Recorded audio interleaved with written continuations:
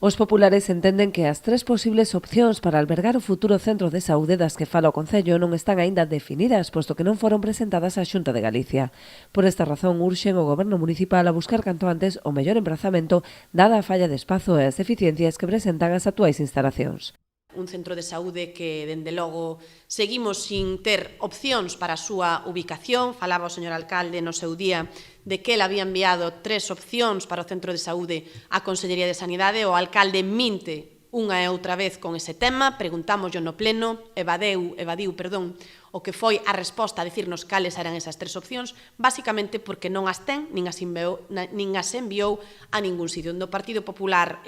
vamos a seguir insistindo en que este é un tema prioritario, coñecemos cales son as actuais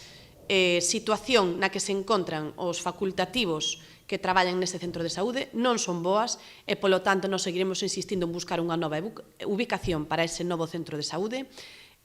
No caso contrario, pois trataremos tamén de poder buscar unha alternativa que sexa provisional para, dende logo, que a xente poida traballar nas mellores condicións posibles, porque co traballo que fan, creo que, dende logo, son merecentes dun espazo no que teñan as mellores condicións. Na mesma liña piden ao Concello que dea o pulo definitivo ao polígono industrial para que a Xunta poida materializar o compromiso inversor adquirido coa Asociación de Empresarios de Ribeira. Sabemos do compromiso da Xunta de Galicia coa Asociación de Empresarios de Ribeira, a que si lle comprometeu máis de 2 millóns de euros para cando exista algo tangible dese futuro polígono de Ribeira, e, dende logo, aí sigue ese compromiso da Xunta de Galicia cos empresarios de Ribeira, mais, dende logo, o que non se pode materializar é unha partida concreta ao non haber a día de hoxe absolutamente nada. Nin proxecto, nin licitación, nin seguridade, nin, dende logo, sabemos o que vai a pasar con ese polígono que basicamente están a xestionar